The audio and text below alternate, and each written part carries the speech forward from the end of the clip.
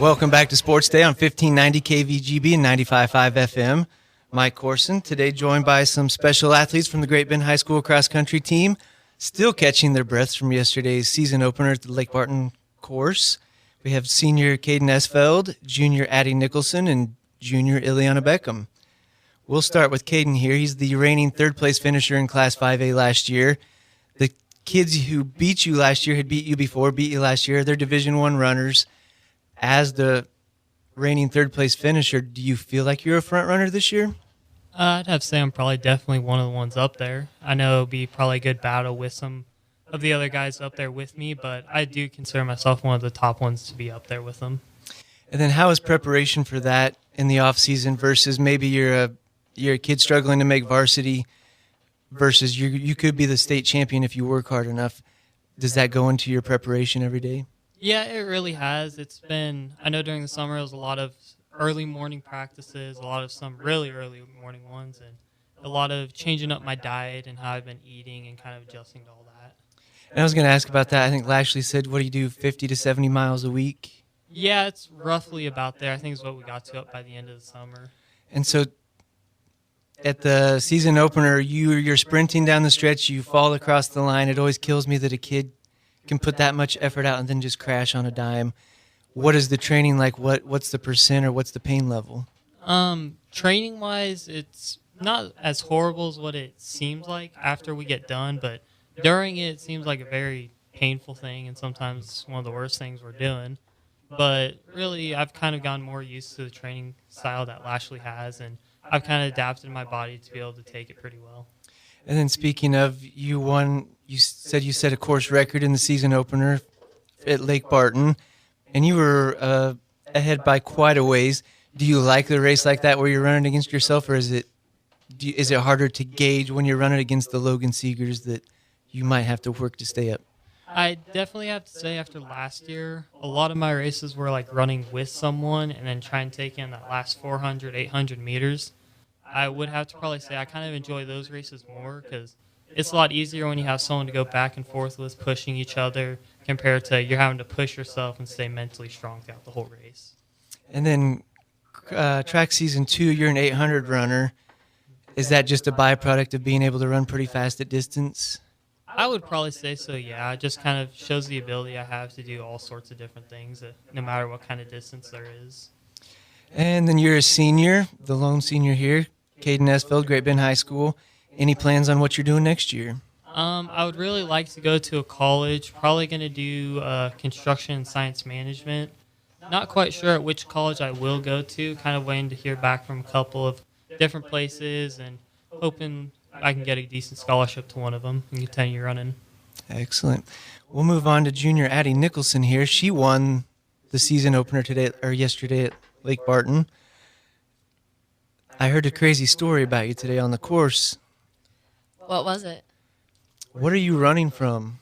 Somebody said you're running super hard in practice, and they asked what your motivation is, and it was a little out of this world. It's aliens, actually. Do they have names, shapes? Where did they come from? You know, I haven't named them yet, but I'm thinking of one. They just kind of come for me when I'm in my worst part of the race, and I always just make sure to push myself and just stay as far away as I can. And you are coming back. Lady Panthers finished third in 5A last year. You got most everybody back. Amelia Diaz has been running in front of you your first 2 years.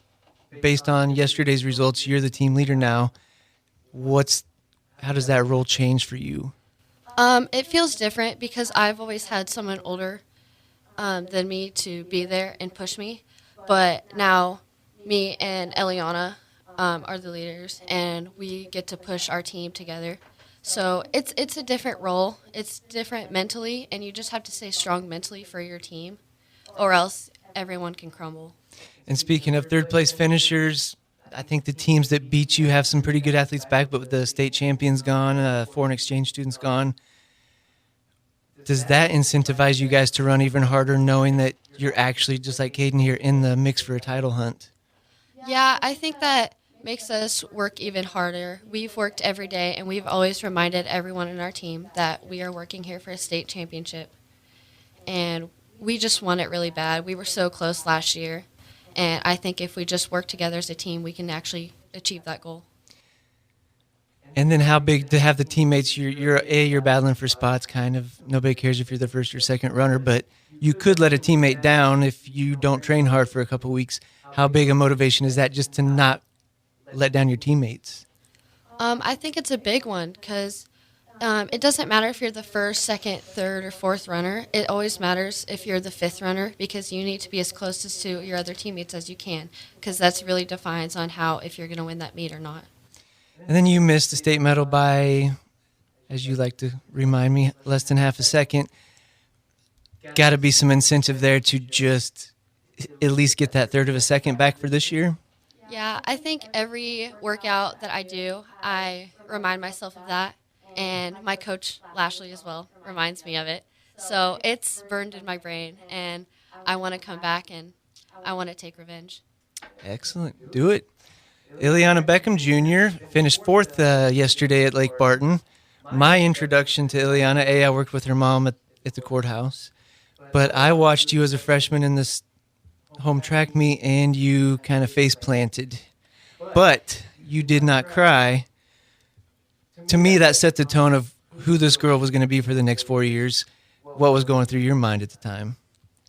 Yes, so during that time, the wind was very, very strong. And we were going, and the girl was getting super close. And I always remember sprinters, because I'm not really a sprinter.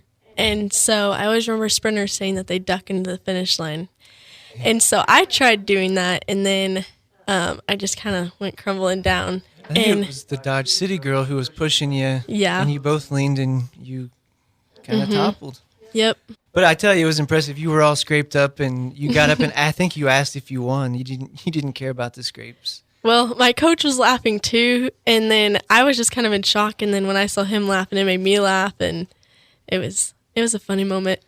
And I meant to ask everybody else, and maybe you guys can hop in here, but your mom was a collegiate track athlete. Is that what got you into the sport, running? I've been running track since I was in third grade. I just had a friend doing it, and I've always loved running, and so that just kind of sparked it. But my mom was obviously excited that I was doing it. And then especially you distance kids, it's a special type of beast that wants to go through that prolonged agony. What made you get into especially distance running? When my dad was in high school, he ran cross country, and he always told me the stories about it.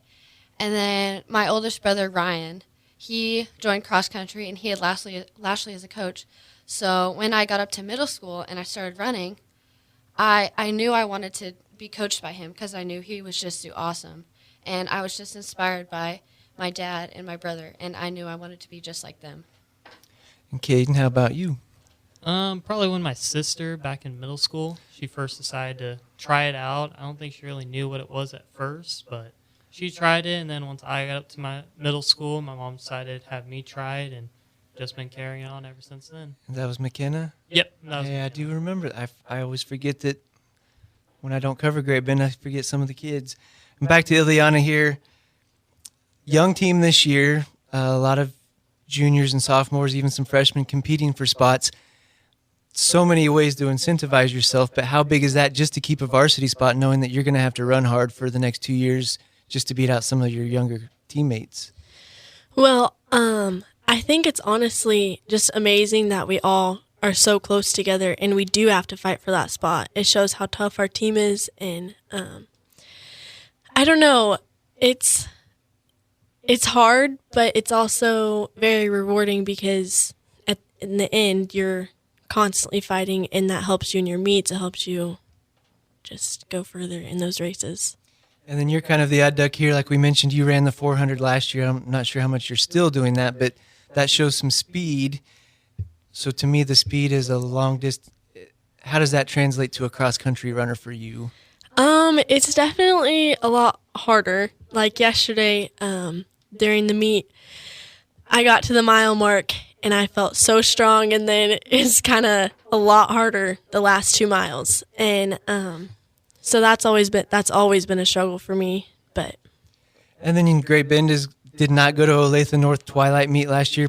maybe one of the best cross-country meets in the state. Northeast Kansas always has top-tier runners. Yes. How excited to go so early in the season and see some of the best. That is very exciting. I know that there's a few girls that are really good that are going to be there, and it's also just a really fun meet. You're going to be in the dark. It's a really fun environment, and so we're all really excited about it. So that's probably a cue why they call it the Twilight Meet. Yes. Is it the only dark one that you... Mostly, unless it happens on accident, I think. Don't take my word for that, but I think. It's cloudy. Yes, the girls should be running at like 8:45-ish, and then the guys at like 9:30 maybe. You guys get to have a fun overnight stay in Kansas City then? We do not. No. You're going to get right back on the bus and drive back? Yep.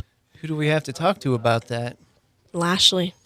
We've decided we like to butcher names on the show, so he's Lashley. Oh, well, then Lashley. You need to talk to Lashley about that. If you can Let's convince him get- for us, that would be nice. We'll do some talking. Kaiden Esfeld, Addy Nicholson, Eliana Beckam, congratulations on the races yesterday. Good luck in Olathe. We'll be right back with more Sports Day.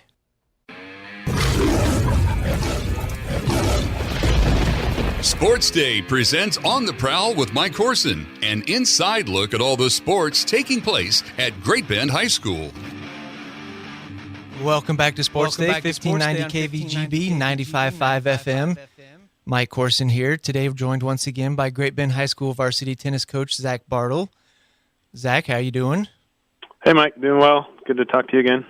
I know you're my fellow Royals fan. Have you ever been on the field at Kauffman Stadium? I have not been on the field. I've sat pretty close a couple of times, shelled out a little extra money to sit close, but I have not been on the field. Have you? I did some batting practice, but last weekend I went to the 90s concert, and Oh, nice.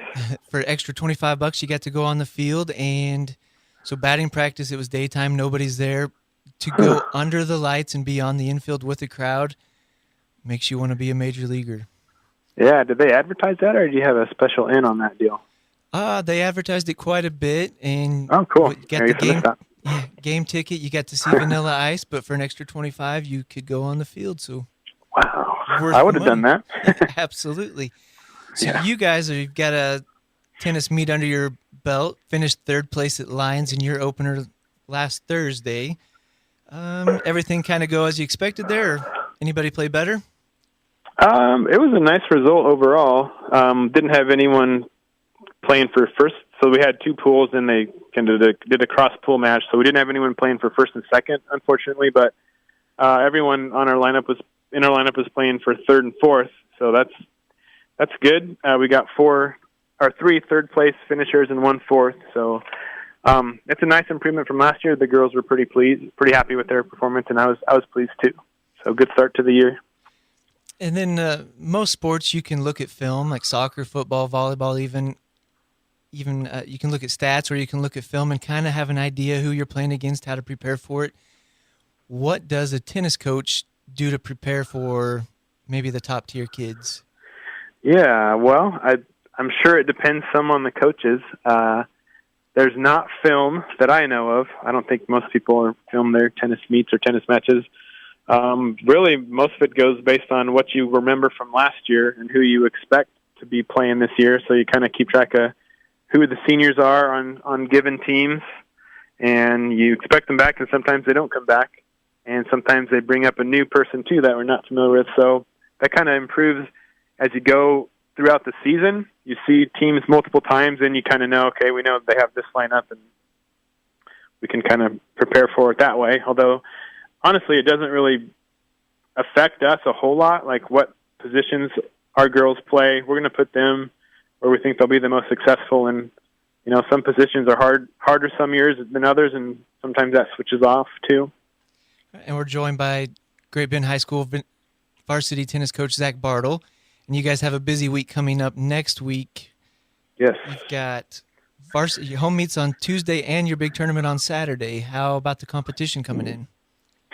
Yeah, on Tuesday we just have a round robin, so 4 teams are coming in: Dodge City, Hayes, Larned, and Meade. And we haven't seen any of those teams this year, so we're not sure what they have. some years each of those teams have a good player or two or multiple good players. And Saturday, there's a couple teams we can count on being really, really tough. Garden City is always good, and Sterling's for the second year, I think it is coming on that Saturday, and they always have a good team. And speaking of Sterling, is Curtis Thompson still over there? He was last year, as far as I know. Yeah, he's still coaching. He's kind of an institution, had some been great there Bend forever. times. Yeah. So he had a girl a couple of years ago that was a state placer, but she was not a hard hitter, more of a lob type player. Mm-hmm. I remember that girl. Thrasher, yeah, Maddie Thrasher. Does that play into how your girls approach it, whether they hit the ball hard or they're just trying to get it up and force some errors, that type of thing? Oh, you make some adjustments based on the player's style. We like to, as much as we can, and except for maybe extreme circumstances, we kind of like our girls to play their way as much as possible. But against someone who just gets everything back and gets it back soft, you really do have to make some adjustments on how you try to play them. And sometimes those girls don't like to move around a lot, and sometimes they move really well. So those girls can be tough to beat. And you see it like at the state level, they'll win a few matches, and when they get to a really tough competitor, they'll just get kind of smoked. So sometimes the only way to beat those girls is just to overpower them, and that's easier said than done sometimes. All right, well, we hope the weather behaves. Get out and watch the Lady Panthers play at home Tuesday and Saturday. Coach, thanks for joining us, and good luck. Yeah, thanks, Mike. All right, thank you. More Sports Day coming up. It's another Football Friday in the Golden Belt, and time to get a preview of all the action from across the state with Sports in Kansas guru Chet Kuplan. And welcome back to Sports Day. I'm Mike Hesher. It is the first Friday of the high school football season, and I'm guessing there's nobody more excited in the state of Kansas than Chet Kuplan. He joins us now from Sports in Kansas. How you doing today, Chet? You excited? I'm doing good. I am, of course, presenting across the state on the State Before You Post Power of Social Media Tour, so I'm somewhere different all day, every day across the state, but I'm also previewing high school football. We're releasing a lot of lists at the last minute here as we approach Football Friday night. Week number one, of course, a lot of excitement in the air this time of the year. Jamborees 1 week ago, but, of course, ready to kick off the 2022 high school football season. So I appreciate you having me on. Great to be back on. I know we kind of previewed some jamborees and talked about the upcoming season last week, but today we're going to dial it up and talk about a lot of teams across the state and, of course, a lot of teams in the local area. Well, you know, you do bring it, so we appreciate you joining us. As we get started, I was reading Sports in Kansas, and that is your website. We appreciate you. It's sportsinks.com, correct? Yes. Yes, but you also said last week if you just do Sports in Kansas, you're basically going to find it. Yeah, I mean, anything that you Google Sports in Kansas, you're going to find all of our multiple social media platforms, radio shows, websites, you name it. And, of course, we lead everybody to those pages from our social media sites that have over 350,000-plus followers across the state. So really? As long as you're typing in Sports in Kansas on Google or say it on Siri, whatever it may be, it's pretty easy to find where we're at in a lot of different ways because not everybody gets their information in the same way. Some people like radio, some people like Facebook, some people like Twitter, some people like Instagram. You name it, we're in a lot of locations for a lot of different viewers. But, of course, a lot of previews. Everything going on. Connor Nickel does a great job with that, breaking down all of the articles for us. And then, of course, our all-access shows with Bethany Bowman. And then I handle a lot of the radio stuff. But we're ready in full force and ready to break down Football Friday night. Okay, well, we'll start in Chanute, where you on the website you talk about some father-son combinations and connections, and one that I read earlier today was rather interesting, was about the Chanute couple, father and son. Yeah, of course, an interesting story there. The Purcell family, of course, a team that in some of the rankings they're as high as number 4 and number 5, of course, on the K-Preps rankings, which we partner with K-Preps to produce the Kansas Kickoff Show on Fridays. A very good team that really battled Bishop Miege last year in the second round of the playoffs. Blue Comets, very good. Eric Irby back this season, but the father-son combo, really cool story. It'd take me forever to talk about all of that, but be sure to check that out on our platform. Also have a connection with St. James Academy. Of course, their head coach, they've won the last 2, Tom Ratke and his father as well. So really a lot of connections across the state. And when you get to talking to people and networking with people across the state, you realize that everybody's really connected, or so-and-so worked for so-and-so at this school or community college or went to school with them. And it really makes it a small world across the state and makes it a lot easier to do what we do, to have those connections and to get that inside info across the state. But 4A, it is loaded this year. St. James Academy has won the last two. Of course, at one point, Bishop Miege won, 6 in a row? And, of course, last year lost in the semifinals to St. James, the year before as well. And guess what? Randy Dreiling and St. Thomas Aquinas, who battled Mill Valley in the 5A state semifinals and won a state title a few years ago, they dropped down to 4A. So those are your 1, 2, and 3 ranked teams in the state rankings this week. McPherson is a team that we'll talk about. They play against Great Bend, a team that we'll talk about on local radio a lot this year. And they're a team that lost in the second round last year after losing in the state semifinals 3 or 4 years in a row. So McPherson's been knocking on the door, but Chanute, as you mentioned, they're a team that's knocking on the door as well. They've never been to a semifinal, and this is maybe on paper the best team they've ever had. 4A, certainly you got to look at those private schools at the top, but it's much more than just those private schools. I mentioned McPherson, Chanute. I think Arc City, a team that was a dark horse a couple years ago, came out of nowhere, has some solid pieces back. Andover Central is another one of those teams. Of course, Coach Warner at Buhler does an outstanding job. Eudora and their Division I talent. Kansas City Piper has guys this year that are going to be very good, including the BB kid, going to Kansas State on the offensive line. Lewisburg and even Wamego this year, who Wamego has a key injury headed into week 1, and he could be out for a few weeks, and their quarterback that's going to Army at the next level. Also keep an eye on Baser Linwood. But 4A class, no slouches there, as it's going to be very, very competitive. It may be top-heavy with those private schools at the top, but don't count out your McPhersons, your Chanutes, your Buhlers, and Andover Centrals of the world either. And we'll stick with McPherson right quick, because that is who Great Bend opens up with tonight as the Panthers travel to McPherson. They have a pretty good passing combination, and also the quarterback is one of the best baseball players in the state of Kansas. Is that correct?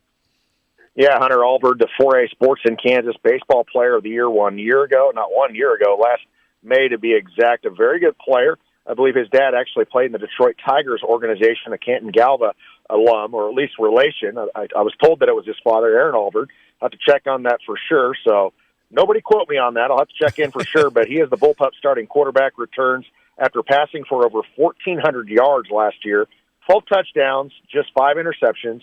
Jayton Gum is back in the backfield, had a big year, over 900 yards, back-to-back years of starting. This will be his 3rd year.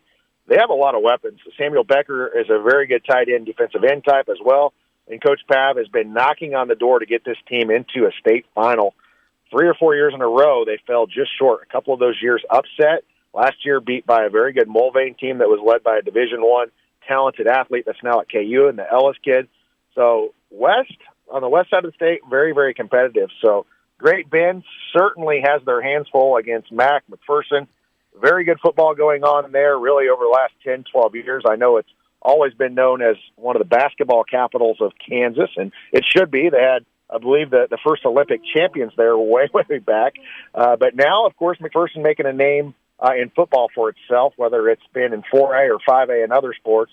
They are knocking on the door. And that West, as I mentioned, I feel that it's pretty wide open on that side, and you start to look at some of the teams and who they're going to be, because I believe the last West champion that we had was Buhler in 2013, and that's back when 4A was all one division. Then we went to 4A1, then we went to 4A1, 4A2. Now we're back to all of 4A, but it's kind of a different look. So classifications have been rather confusing if you're not from Kansas and have been away for a while. We have 9 classifications in the state now, with the 6th man officially being sanctioned this year in the state of Kansas. And I'm one of those. I was born and raised in Kansas and went to Colorado for a few years, and trying to come back and gather in all the new classifications, it is quite interesting to do that. So, yes, you're correct about that.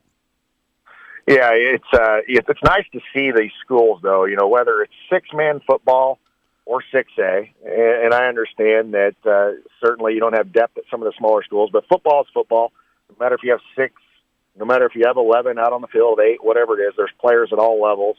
And it's fun to follow it, because some of these towns across the state, they shut down on Friday nights. You can see those Friday night lights out there, and everybody's at the game.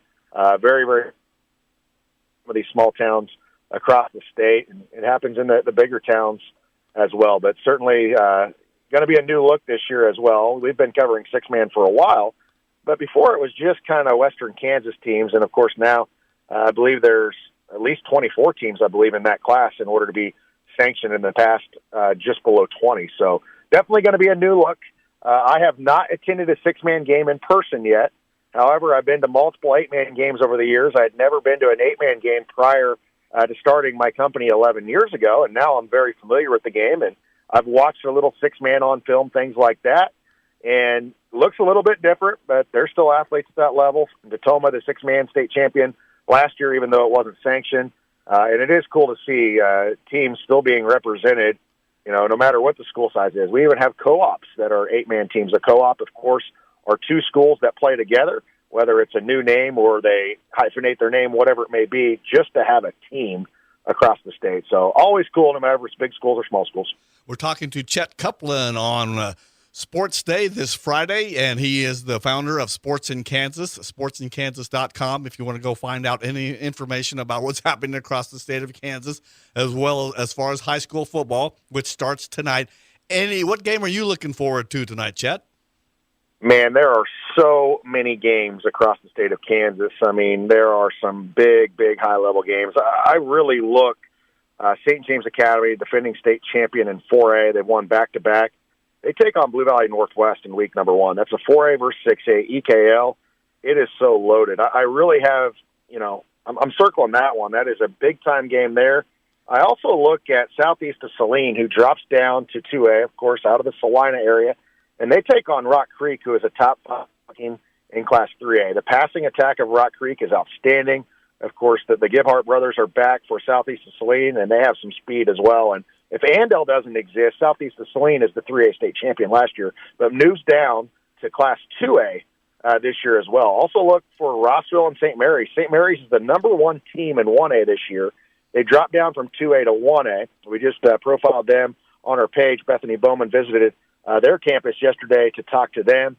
They take on, of course, Rossville, who is a team that has won a lot of state titles here in recent memory. In fact, back-to-back in Class 2A. That is another big one. Nemaha Central is a team that is ranked second in 2A, and they take on the number 2 team in the state of Kansas in 3A, and Holton, who is a perennial power over the years under head coach Brooks Barta. So there are a lot of high-level games. Even looking at Derby and Manhattan, I know Derby will be hands down the favorite in that one. Wichita Northwest and Bishop Carroll is another one. I like Blue Valley West versus St. Thomas Aquinas. Both of those teams ranked in 6A and 4A, respectively. So many good games across the state of Kansas to just pick one. And also look for some different games. I mean, you look at Topeka Hayden, who has been a 3A, 4A, depending on the year, and has a Notre Dame player on their team, and Joe Otting, that's committed there, 6'5", 280. Also an all-state basketball player, 6'5", 280. So he's very athletic for his size. And they take on a school that has about 60 students. Well, that school is the back-to-back 1A champion in Olpe. Now, Olpe drops off a little bit because of what they graduated, but Chris Schmidt has won back-to-back state titles. And here is this tiny little Class 1A town south of Emporia that has a great football tradition, going against the likes of Topeka Hayden, who plays in the Centennial League. Now, they don't have the Centennial League schedule this year because they're tied into a 3A district, but that's a team in the past that plays 5A, 6A competition all year, and here they are playing a team that almost qualifies to play 6-man football. They qualify to play 8-man, they choose to play 11-man. So you see some weird matchups in week number 1. You never know what happens in week number 1, and you can't judge a team what happens in week number 1. Luckily, for some teams, they have those jamborees. They kind of figure out where they're at.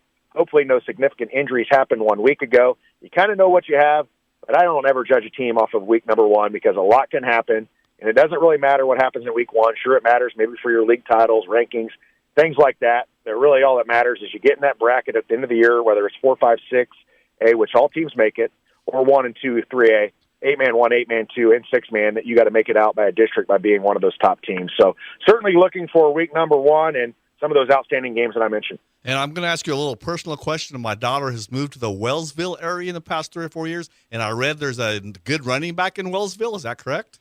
Yes, and he also has one of the best names in the state of Kansas. His name's Nash Money. Oh, and I like that, yeah. The kid's the real deal. We've interviewed him multiple times, either on Faces in Kansas All Access or, of course, at some of the camps and combines that we're at across the state. One of the best running backs in the state, and that's a team, of course, that was 2A last year. They jump up to Class 3A. There are actually others considered in some of the voting across the state. Has some nice athletes there. I was there on the Think Before You Post tour last year. Some good things going on in Wellsville under Coach Berg there. So we'll see what happens. 3A is very deep. It is top-heavy with one team, Andale. Nobody, and I'm not saying this to be disrespectful to any of those teams, because Andale won 53-0 against my old high school in the state championship game, Frontenac, last year. That's how good Andale is. Andale's a top 5 team regardless of what classification, maybe top 3 if you really want to get down to it. They are that good. They have 17 football players at Andale that power clean 275 pounds or more. Holy moly. I would find that hard to believe that you would find that on any other team in the state. I was just in their weight room this past week. My point is, there are a lot of other teams that are all very comparable in 3A. Wellsville is one of those. It is a deep, deep class. It probably goes 10, 15 deep. However, that team up front, maybe 4 or 5 touchdowns better than most teams in the class, and that is the Andale Indians led by Dylan Schmidt in Class 3A. 98 kids, I believe, out for football this year, 3A. 98 kids out for a 3A football? That's amazing. Yeah, and one of the bigger, of course, 3As in the state. They play 4A and other sports. But, regardless, a lot of those kids say, the same last names year after year. The buy-in is incredible. They can't keep kids out of the weight room for all sports. Just remarkable what they got going on. 38-game winning streak there.